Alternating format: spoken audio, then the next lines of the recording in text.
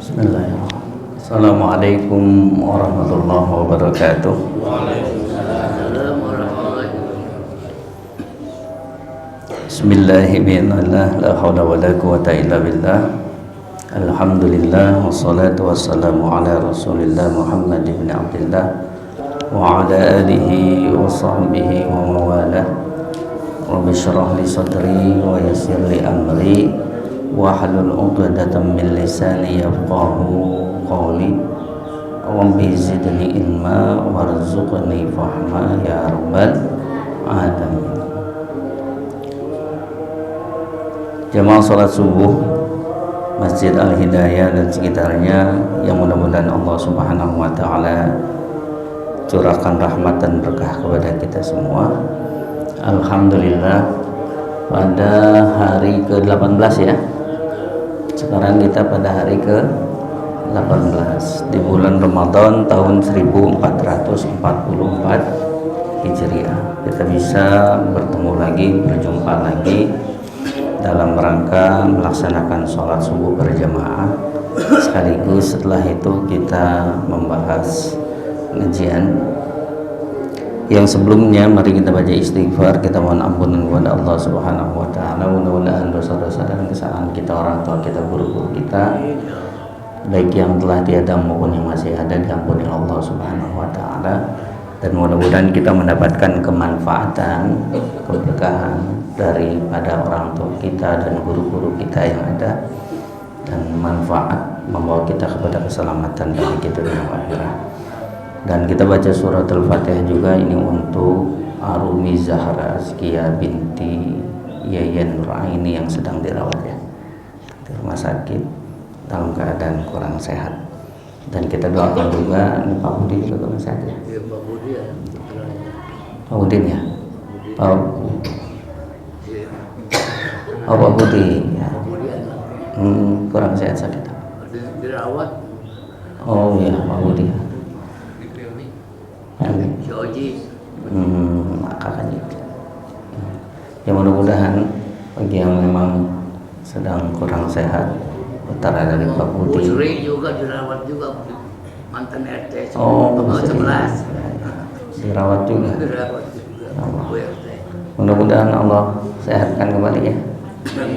Allah sehatkan kembali, bisa setelah sehat bisa lebih baik lagi, lebih dekat takarub kepada Allah Subhanahu wa taala. Bismillahirrahmanirrahim. Astaghfirullahaladzim, astaghfirullahaladzim, astaghfirullahaladzim min kulli dhanbin 'azim wa natubu ilaih. Asyhadu an la ilaha illallah wa asyhadu anna Muhammadar Rasulullah. Asyhadu an la ilaha illallah wa asyhadu anna Muhammadar Rasulullah. Asyhadu an la ilaha illallah wa asyhadu anna Muhammadar Rasulullah sallallahu alaihi wasallam biridha wa inayatika wa hidayatika wa tawfiqika ta'ala ila hadratin Nabi Muhammad Mustafa Rasulullah sallallahu alaihi wasallam wa ala alihi wa azwajihi wa auladihi wa dhurriyyatihi wa ahli baitihi ila hadratil musannif hadha kitab Syahsan Muhammad al-Masyad wa ila hadrati jami' syekhina wa amwalina wa sallam wa sallam ila hadratir Rasulullah. Syahadillahi lahum al-Fatihah.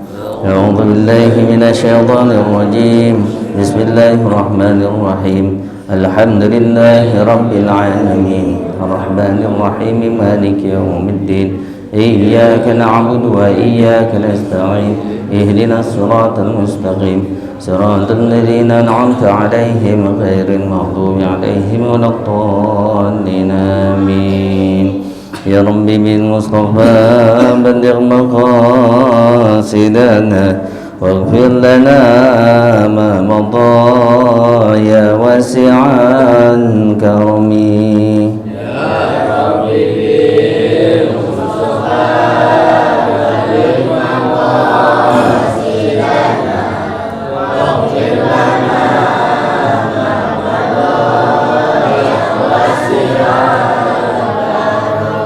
مولاي صل وسلم دائما أبدا على حبيبك خير الخلق كلهم يا رب بالمصطفى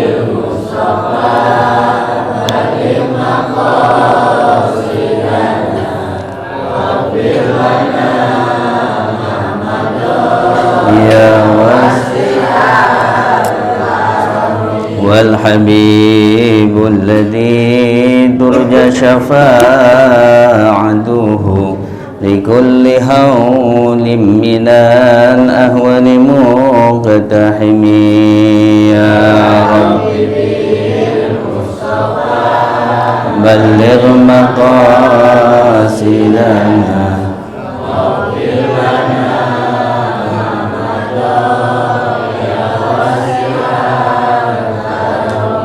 من تذاكر جيران بذي سلامي أززت دمعا جرى من مقلة بدمي يا رب بلغ مقاصدنا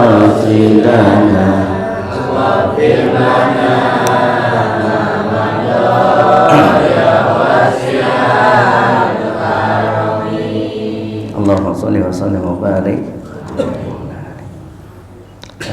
Para jamaah sekalian yang dirahmati Allah Subhanahu wa taala, alhamdulillah kita sekarang berada pada hari ke-18. Nah, sedikit lagi kita 10 hari terakhir. Kita tahu kalau 10 hari terakhir puluhan tahun kita melaksanakan puasa. Gitu. Bahwasanya di situ udah orang pada banyak yang sibuk. Kalau di kita banyak yang sibuk, ada yang siap-siap pulang kampung, gitu. Ada yang sibuk untuk bikin kue, banyak sibuknya macam-macam, gitu. Nah, bagaimana sikap Rasulullah SAW ketika masuk pada 10 hari terakhir di bulan suci Ramadan? Ma yutlabu fil ashril awakhir min Ramadan. Jadi apa sih yang dilakukan oleh Rasulullah SAW ketika masuk 10 hari terakhir di bulan suci Ramadan? Gitu. An Aisyah radhiyallahu anha qalat, dari ibunda Siti Aisyah. Dari siapa? Ibunda Siti Aisyah radhiyallahu anha, mudah-mudahan Allah meridainya. Qalat, beliau telah berkata, karena dulu Rasulullah sallallahu alaihi wasallam, idza dakhala al-ashru, apabila masuk 10 hari terakhir di bulan suci Ramadan, yang pertama yang dilakukan oleh Rasulullah, syadda mi'zarhu. Rasulullah itu mengikat mi'zarhu, apa, ikatan tali pinggangnya. Ini kiasan pertama. Mudah-mudahan Allah panjangin umur kita nih. Gitu. Kita masuk bulan suci Ramadan aja udah beruntung. Makanya kalau ada orang, mohon maaf, orang meninggal di bulan suci Ramadan, beruntung Pak, gitu. Masuk meninggal bulan suci Ramadan, harinya hari Jumat, mah beruntung. Apa yang lain nggak beruntung, ya beruntung juga, tapi lebih beruntung di bulan suci Ramadan. Kira-kira Bapak Ibu sekalian ngarepin meninggalnya di bulan suci Ramadan nggak? Nah, Pak Haji Ilman aja ngomong gitu, yang lainnya diem gitu kalau udah ngomong gitu. Lihat dulu gitu. Jadi kalau sudah masuk 10 hari terakhir di bulan suci Ramadan, Rasulullah yang pertama syadda mizar, belum mengikat kencang-kencang ikat pinggangnya. Wa ahya lailahu, dan menghidupkan waktu malamnya. Yang kedua. Yang ketiga, wa aiqadha ahlahu, dan beliau ngebangunin lah gitu ya. Aiqadha, ngebangunin ahlahu, anak istrinya, keluarganya yang ada di rumahnya dibangunin. Gitu. Akhrajahul Bukhari wa Muslim. Jadi kalau sudah masuk 10 hari terakhir di bulan suci Ramadan, gitu, syadda mizarahu. Asyadda mizarahu apa artinya? Mengikat kenceng-kenceng tali pinggangnya. Akhirnya mohon izin kepada pasangannya, kepada para istrinya, beliau untuk apa? Untuk apa? Tidak, bahasa kita tidak mengawilinya lah. Gitu. Khusus 10 hari terakhir di bulan suci Ramadan. Itu begitu. Kemudian wa ahya lailahu, kemudian tiap malamnya Rasulullah itu terus aja, tidak seperti malam-malam Ramadan sebelumnya. Karena kenapa? Kayak seperti seakan-akan begini, ini kesempatan terakhir yang belum tentu tahun depan bisa ketemu bulan Ramadan.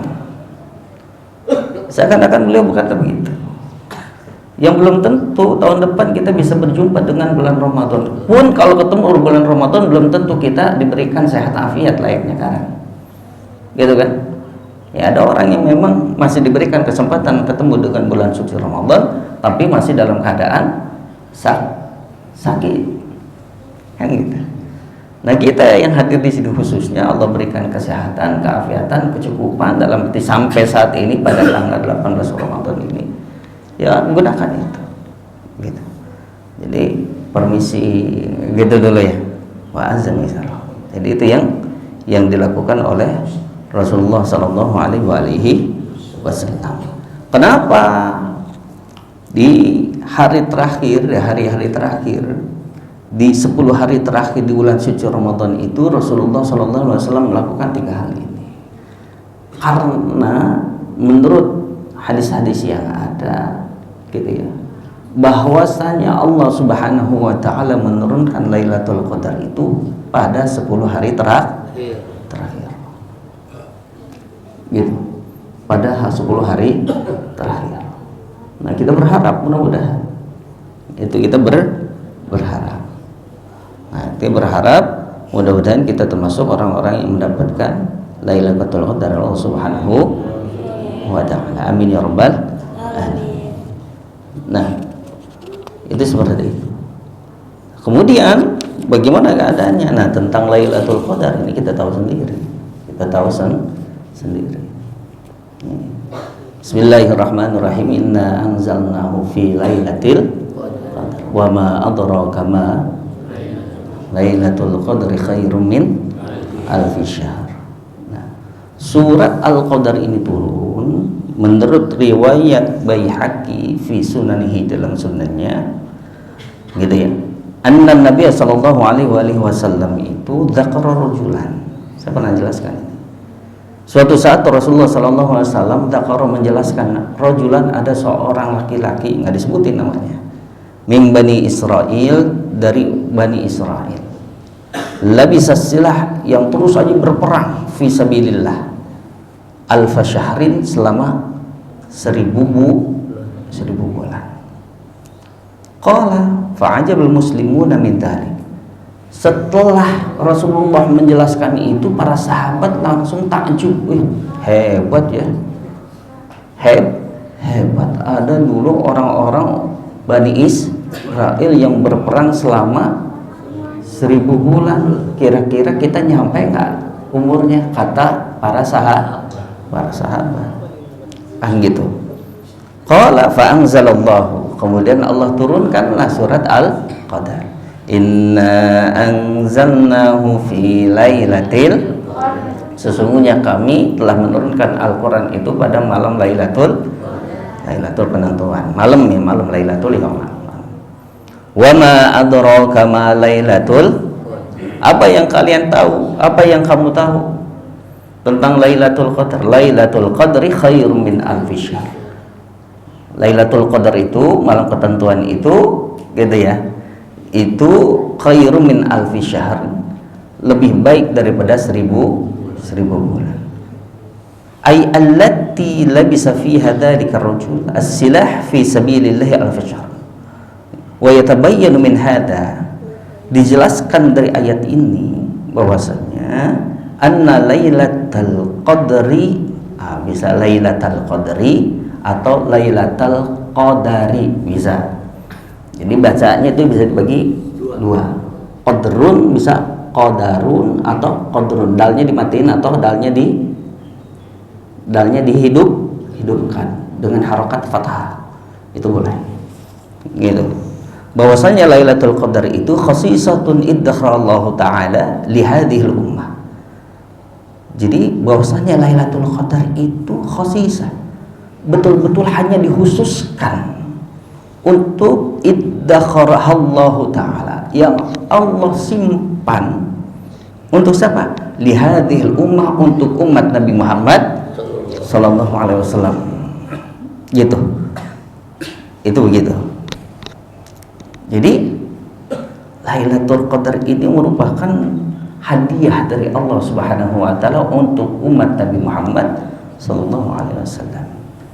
Bahkan ada min hadithi Anas radhiyallahu anhu, dari hadis Anas radhiyallahu anhu, annallaha wahaba li ummati lailatul qadar, bahwasanya Allah Subhanahu wa taala wahaba, memberikan hadiah, memberikan hibah di ummati, bagi umatku, lailatul qadar, lailatul qadri, walam yu'tiha man kana qablahum, yang Allah Subhanahu wa taala belum pernah ngasih keistimewaan ini kepada umat-umat sebelumnya. Kalau bicara seperti itu, berarti Lailatul Qadar itu haknya umat Nabi Muhammad, bukan? Pak, Bu, lah saya tanya, kalau begitu Lailatul Qadar itu haknya umat Nabi Muhammad, bukan? Haknya bukan? Siapa nggak tanya ini?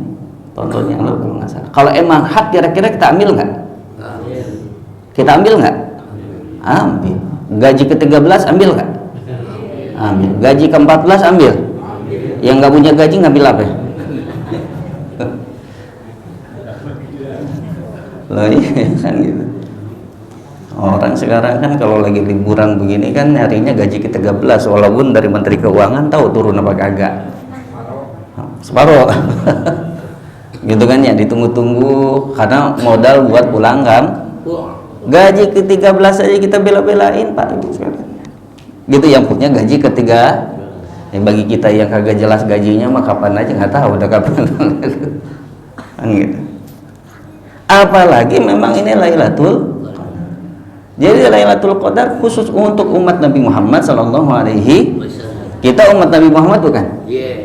Kita umat Nabi Muhammad. Berarti itu hak kita. Diambil nggak? Kok nggak diambil-ambil? Yang gitu bahasa dia. Ambil. Gitu. Lailatul Qadri khairum min alfi syahr. Tanazzalul malaikatu warruhu fiha. Tanazzalul malaikatu warruhu fiha. Gitu. Tanazzalul malaikatu warruhu fiha. Pada turun tuh, ay tatanazzalul malaik. Tanazzala ya tanazzalu tanazzalun. Gitu, tanazzulan.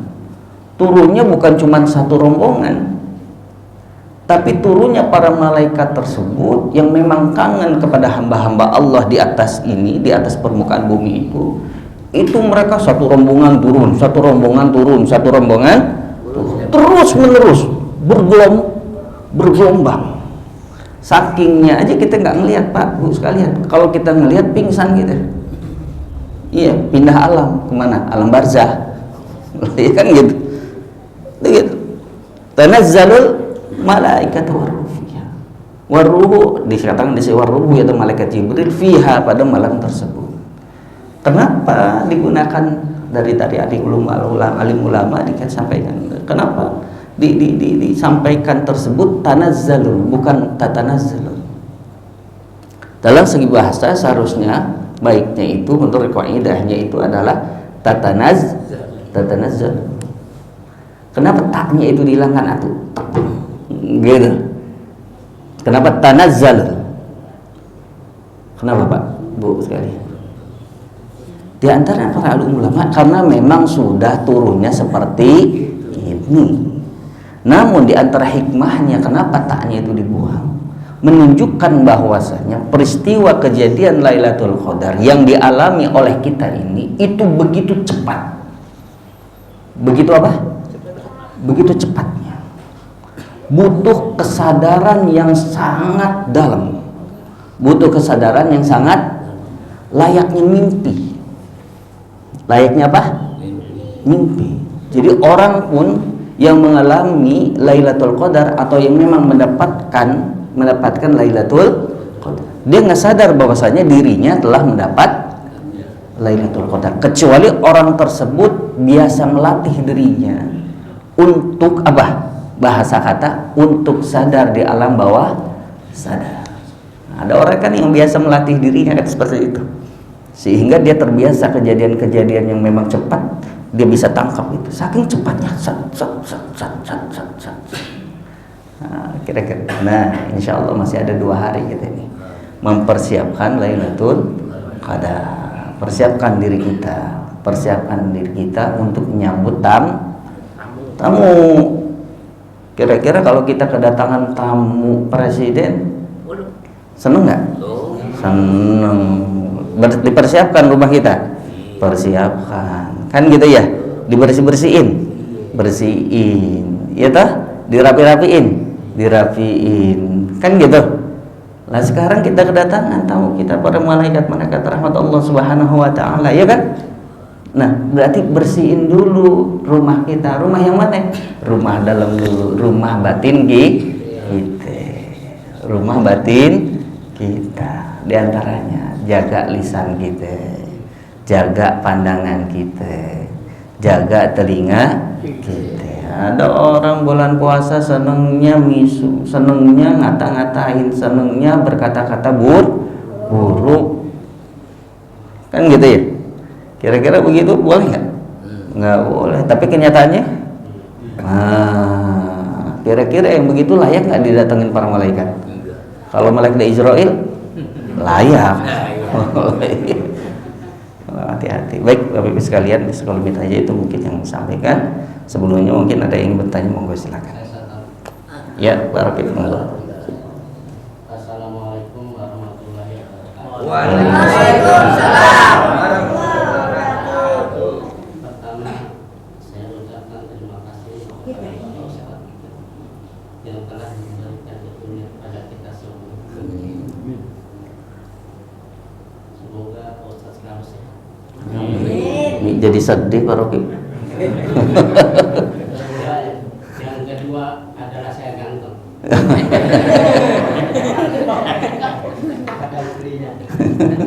Setiap saat selalu berdoa kepada Tuhan yang Maha Kuasa. Ya Allah. Agar kita dapat dipertemukan lagi. Amin. Agar kita dapat dipertemukan lagi. Amin. Setelah Idul Fitri, bahkan sampai Ramadan lagi. Amin. Amin. Assalamualaikum warahmatullahi wabarakatuh. Waalaikumsalam. Oh, ya Allah, mudah-mudahan Allah kasih Pak Roki panjang umur, sehat walafiat, karena nggak ada lagi yang kayak Pak Roki.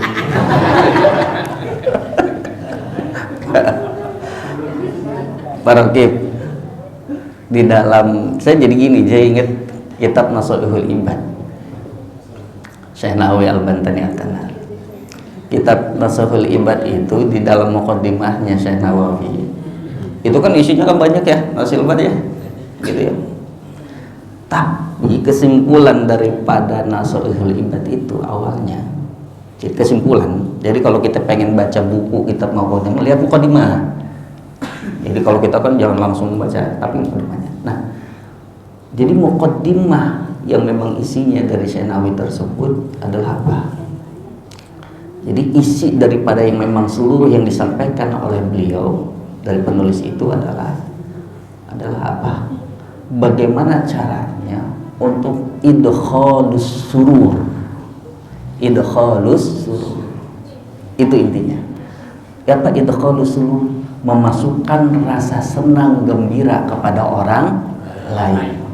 Nah gitu, jadi saya ingat itu Pak Roki kan kalau senangnya itu memberikan rasa gembira. Jadi isi seluruh konklusi daripada kitab Nasuhul Ibad tersebut adalah bermaksud, bertujuan untuk bagaimana caranya kita mendidik diri kita, membentuk menjadi orang yang senantiasa, yang suka memberikan rasa senang, berita gembira kepada orang lain. Makanya Pak Roki jangan kemana-mana.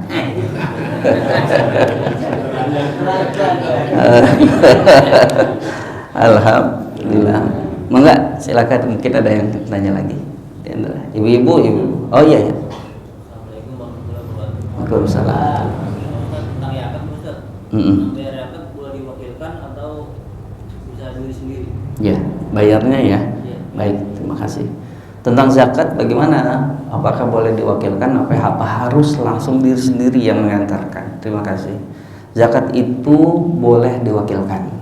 Oleh karenanya di antara lafaz redaksi zakat itu, redaksi zakat ya, yang nanti insya Allah dari Masjid Al Hidayah ada petugas-petugas teman-teman dari panitia zakat itu. Jadi di antara redaksinya seperti ini: nawaitu an ukhrija zakatal fitri an nafsi, gitu. Nawaitu, saya berniat, an ukhrija, untuk mengeluarkan zakatal fitri, zakat fitrah, an nafsi, dari saya sendiri. Itu kalau dari kita. Kalau dari orang tua kita, ayah kita, contoh, nawaitu an ukhrija zakatal fitri an abi, dari ayah saya, atau an umi. Annya itu bukan an tapi pakai an. Tapi pun kalau pakai redaksi bahasa Indonesia boleh nggak? Boleh. Saya niat mengeluarkan zakat fitrah atas nama saya sendiri, atau saya niat mengeluarkan zakat fitrah atas nama ibu saya, atas nama anak saya. Boleh. Jadi boleh. Anaknya nggak ada, nggak jadi masalah. Orang tuanya di mana, nggak jadi masalah. Itu saya udah zakatinnya, kita kasih tahu, karena hukumnya wajib. Kira gitu ya. Fi muskilah kapan? Ada lagi? Silakan. Oh, ibu-ibu udah paham semua. Oh iya, orang alim-alim pengajiannya nggak berhenti. Gitu. Tahu ngerti apa enggak lah. Bismillahirrahmanirrahim. Ciri-ciri orang yang mendapatkan Lailatul Qadar. Waduh, hebat ya. Apakah jidatnya jadi hitam? Belum tentu. Mohon maaf nih, apakah jidatnya jadi hitam? Belum tentu. Mungkin iya, tapi belum tentu. Apakah mukanya jadi bersinar-sinar? Belum tentu. Karena mata kita yang ngelihat ini mata orang awam, banyak dosa, kecuali matanya mata bersih, bisa ngelihat tuh. Gitu kan ya. Dulu sahabat, di antara sahabat Rasulullah pada waktu awal-awal masuk Islam di Mekah, itu ada di antara sahabat Rasulullah tuh suka punya pecut. Punya apa? Pecut. Ketika pecutnya itu, di ujung pecutnya itu ada sinarnya, dan orang lain tuh bisa lihat. Itu seperti itu di antara sahabat Rasul. Ciri-ciri orang yang mendapatkan Lailatul Qadar, jelas orang yang dapatin Lailatul Qadar sebelumnya atau sesudahnya pasti akan lebih baik hubungannya dengan Allah Subhanahu wa taala maupun hubungannya dengan sesama. Yang tadinya pelit jadi derma, yang tadinya tukang cemberut jadi tukang yang tadinya nggak rajin ke masjid jadi rajin ke masjid, yang tadinya nggak rajin ngaji jadi rajin gitu. Di antaranya orang-orang yang betul-betul mendapatkan Lailatul Qadar. Gitu.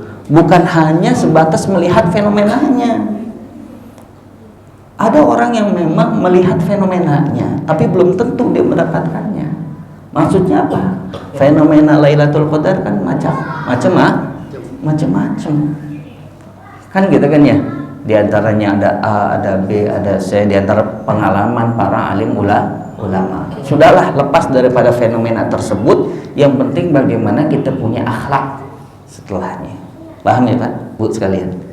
Orang yang menang di Idul Fitri, setelah Idul Fitri selesai dia akan menjadi lebih banyak maklumnya ke orang lain. Gitu.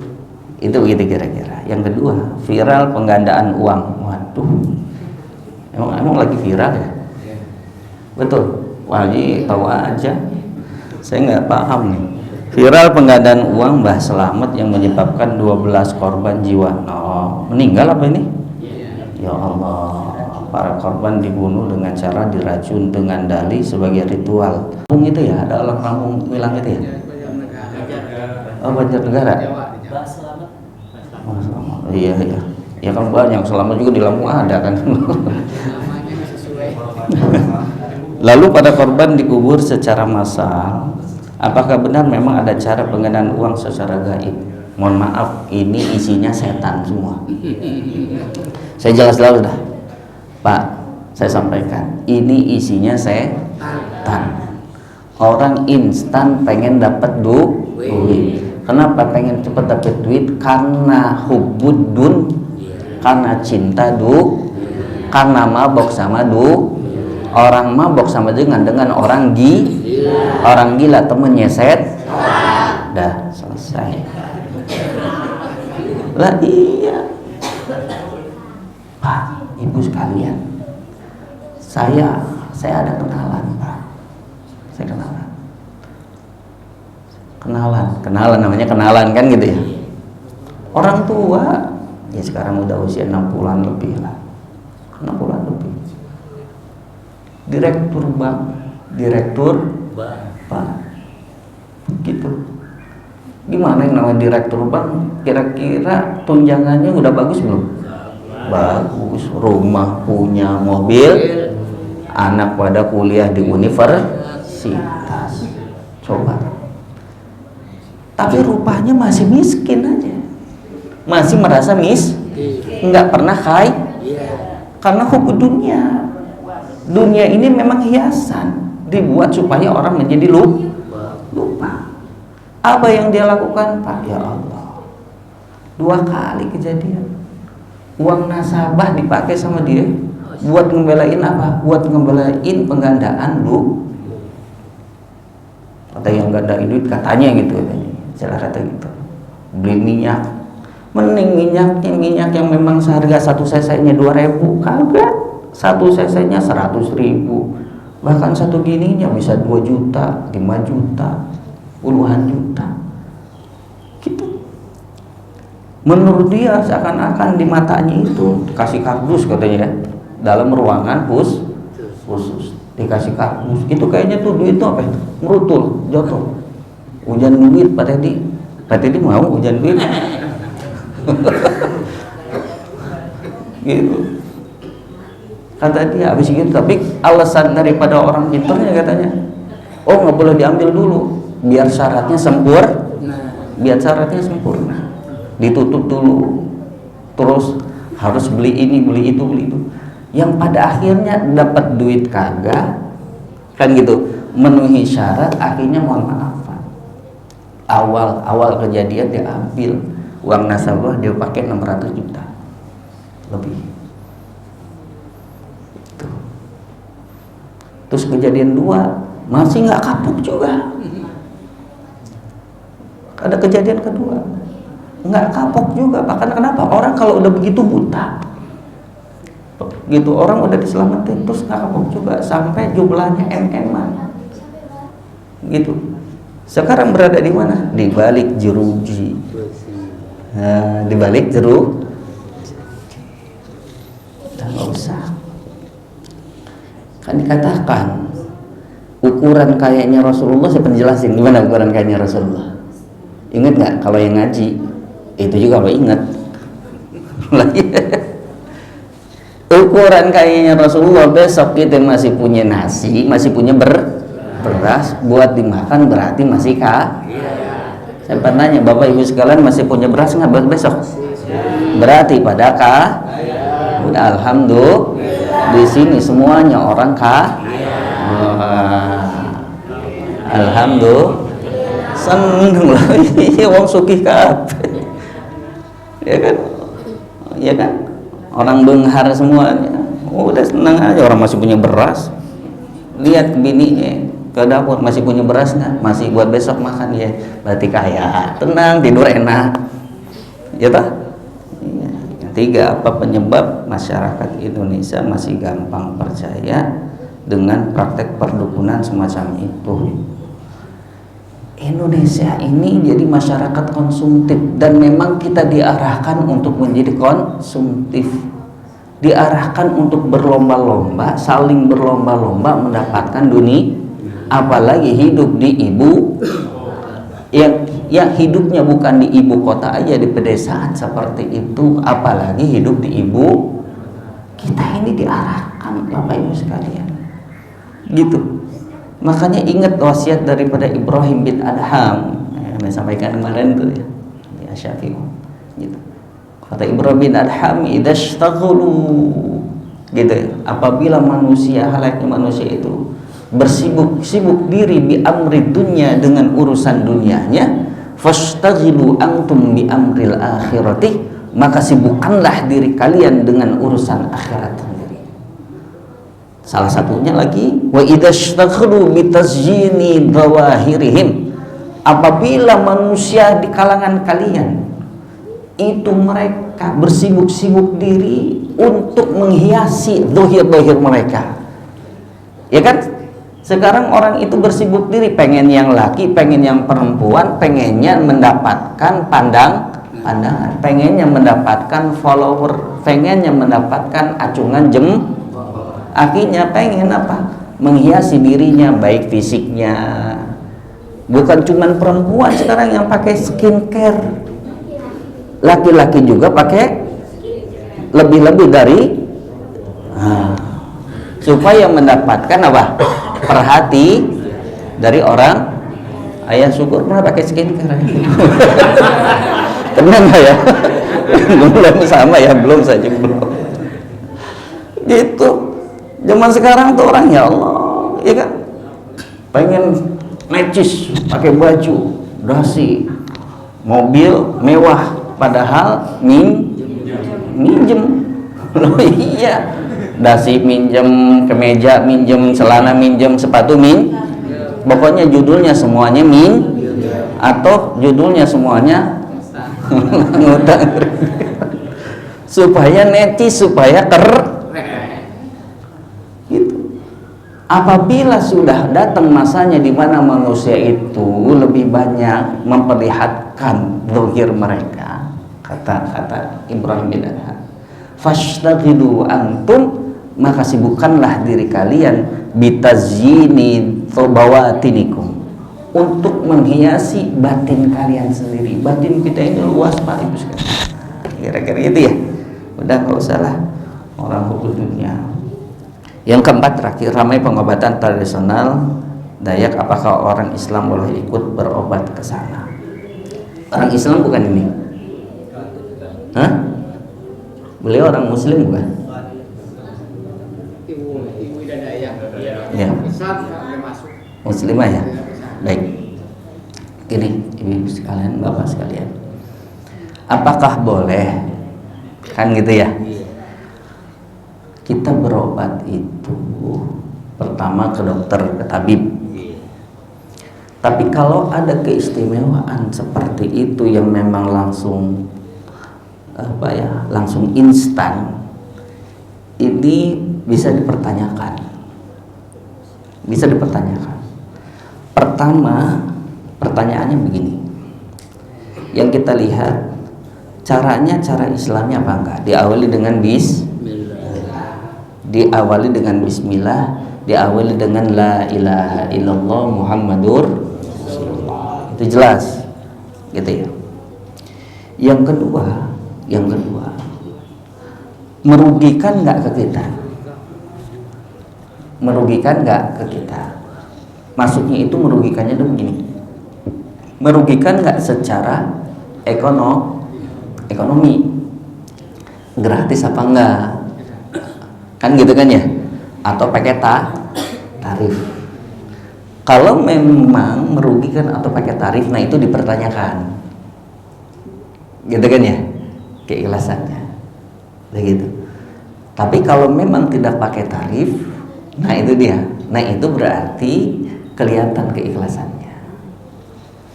Yang pertama tentang bagaimana caranya diawali. Yang kedua pakai tarif apa enggak? Maksudnya itu ngerongrong apa enggak? Ngerongrong dari pihak pasien. Yang ketiga, terakhir, terlepas daripada yang pertama dan yang kedua. Pertama, yang kedua, kita pun wajib cermat. Wajib cermat. Karena ada orang yang memang dia itu bisa memberikan bantuan kepada yang lainnya. Oke lah, memang jiwa sosialnya tinggi. Oke lah, memang dia berangkat sebagai orang muslim. Ini yang ketiga nih, buat kecermatan saja nih, buat kecermatan. Kalau memang secara top chair langsung instan, berarti kita lihat yang bantu dia itu siapa kira-kira? Paham gak nih? Yang bantu dia itu siapa? Apakah yang bantu dia itu memang malaikat-malaikatnya Allah yang terbuat dari nur cahaya? Ataukah memang yang bantu dia ini siapa saja sebenarnya, bukan terbatas yang memang ditanyakan? Atau apakah yang bantu dia itu dari bangsa jin yang terbuat dari nar, dari api, khodamnya gitu, bahasanya. Yang bantu dia khodam lah bahasa gitu ya. Dua. Kemudian bagaimana kita orang awam? Kita orang awam, membedakannya susah, gitu kan? Kasyaf aja kita enggak, gitu kan? Mukasyafah kita enggak. Ngelihat yang begituan emang kagak. Kalau ngelihat jurik iya, kabur orang karena diri sendiri juri kan gitu. Bahasa gitu. Nah, itu bagaimana caranya membedakan keduanya? Ini kan sulit, Pak, Ibu sekalian. Kita bisa merujuk sejarah Rasul. Salah satunya nih. Ini hanya untuk sementara ya jawabannya. Kita bisa merujuk salah satunya itu ke sejarah Rasul. Pak, saya pengen tanya, Bapak Ibu sekalian pernah nggak baca tentang bagaimana pertama kali Rasulullah mendapatkan wahyu? Pernah kan? Oke. Belum pernah lagi, repot. Waduh, sejarah Rasul wajib kita tahu lah, sirah nabawiyah toh. Nah, ketika Rasulullah SAW tersebut pertama kali mendapatkan Iqra, keluar dari gua tersebut, Rasulullah di mana beliau melihat Jibril, di mana ngelihat malaikat Jibril, diikutin aja sampai beliau ke rumah, ketemu ibunda Siti Khadijah, ngedek-dek demam, apa ngedek-dek? Meriang kan gitu kata orang Sumedang, ngedek-dek gitu. Nah, gitu kan. Nah, langsung diceritakan kejadian begini pengalaman spiritualnya kan kepada istrinya. Apa? Ibunda Khadijah orang yang lebih tua dan lebih pengalaman, lebih tahu, oh ini siapa nih. Kalau begitu dilihatin hijab. Orang Arab dulu sebelum Islam yang di bawah Rasulullah datang sudah biasa memakai hijab. Itu biasa karena memang daerahnya itu kan panas. Ketika hijabnya Ibunda Khadijah itu dibuka, gitu kan ya, Ibunda nanya kepada, wahai suamiku, apakah makhluk tersebut masih kelihatan? Coba melek kan ya? Rasulullah, nggak ada. Nah, akhirnya Ibunda Khadijah pakai lagi tuh hijabnya. Coba ente melek lagi, ada nggak? Ada. Dari sini bisa diambil salah satu kesimpulan, malaikat Jibril, malaikat rahmat itu akan turun diantaranya nih dengan iradah Allah ya, secara syariat kepada orang-orang yang memang nutup aurat. Paham Pak Ibu sekalian? Paham ya? Saya nggak harus apa mengklaim dan yang lainnya, enggak. Ini salah satu patokan dasar yang bisa dijadikan dasar. Jadi selain yang pertama diawali dengan diawali dengan la ilaha, yang kedua merugikan apa tidak daripada apa tadi? Pasien. Nah, terlepas daripada dua hal ini, lihat bagaimana secara fisikal. Nah, itu begitu. Paham nggak? Paham. Nah, itu dia gitu. Ini kira-kira yang bantunya siapa? Kan gitu. Kalau yang memang bantu malaikat rahmat, kira-kira datang nggak kalau kita kelihatan aurat? Selesai. Gitu maksudnya, Pak. Kira-kira begitu. Nah, ini saya bukan ingin mengklaim dan yang lainnya, tapi memang Allah kasih keistimewaan orang itu macam-macam. Nah, bagi kita biasa aja. Emang semua orang pengennya cepat pengen cepatnya sembuh. Namun kita lihat hal itu. Saya kira kita alhamdulillah. Baik Bapak Ibu sekalian, para jamaah salat subuh, rahimakumullah yang dimuliakan Allah Subhanahu wa taala. Mudah-mudahan Allah Subhanahu wa taala panjangkan usia kita dalam keadaan sehat walafiat. Yang sakit mudah-mudahan Allah segerakan sehat, yang memang sehat mudah-mudahan Allah jaga kesehatan keafiatannya, jaga makan minumnya. Yang pengen pulang kampung mudah-mudahan Allah berikan keamanan, kelancaran, kenyamanan sampai ke kampungnya balik lagi ke Tenlis gitu ya. Yang memang nggak pulang kampung ya bisa jaga gawang. Mudah-mudahan Allah kasih rezekinya Bapak Ibu sekalian buat lebaran. Udah pada punya baju baru? Oh. Sarung baru? Koko baru? Mukena baru? Santai ada Ustadz Lani ntar. Tadi kreditin lagi. Ada Ustadz Lani kredit. Lah mudah-mudahan ya semuanya ya Allah kasih cukup semuanya ya. Allah kasih rukun kita semuanya. Allah kasih rukun kita semuanya, internal keluarga kita, internal sesama dengan warga Tenlis dan yang lainnya. Mudah-mudahan kita jadi orang-orang yang guyup, saling pengertian samanya. Alhamdulillahirobbilalamin. Al-Fatihah. A'udzubillahi minasyaitonirrajim. Bismillahirrahmanirrahim. Alhamdulillahirabbil alamin. Arrahmanirrahim. Maliki yaumiddin. Iyyaka na'budu wa iyyaka nasta'in. Shiratal ladzina an'amta 'alaihim ghairil maghdubi 'alaihim waladdallin. Allahumma shalli wa sallim barik ala sayyidina wa habibina wa syafiina wa dhakhirina ala Muhammad. Allahumma ighfir lana dhunubana wa liwalidina warhamna warhamhum rabbayana shighara. Allahumma ij'al jam'ana ahla jam'an marhuman wa tafarraqan bi tafarruqan ma'suman wa la taj'al fina wa la shakin wa la matruran wa la mahruman bi rahmatika ya arhamar rahimin. Allahumma ij'alna wa auladana min ahli al-ilmi wa ahli al-khair wa la taj'alna wa iyyahum min ahli syarri wad dair innaka 'ala kulli syai'in qadir. Allahumma aftah bainana wa baina qaumina bil haqqi wa anta khairul fatihin. Rabbana anzil munzalan mubarakan wa anta khairul munzilin. Rabbana anzilna munzalan mubarakan wa anta khairul munzilin. Rabbana anzilna munzalan mubarakan wa anta khairul munzilin. Rabbana atina min ladunka rahmatan wa hayyi lana min amrina rasyada. Rabbana atina fid dunya hasanah wa fil akhirati hasanah wa qina adzabannar. Wa sallallahu ala sayyidina Muhammadin wa ala alihi wa sahbihi wa baraka wa sallam. Subhana rabbika rabbil izzati wa salamun walhamdulillahi rabbil alamin. Subhanallahumma wa bihamdika asyhadu an la ilaha illa anta astaghfiruka wa atubu ilaik. Mohon maaf, mohon ridhonya. Wallahu a'lam bishawab. Wassalamualaikum warahmatullahi wabarakatuh.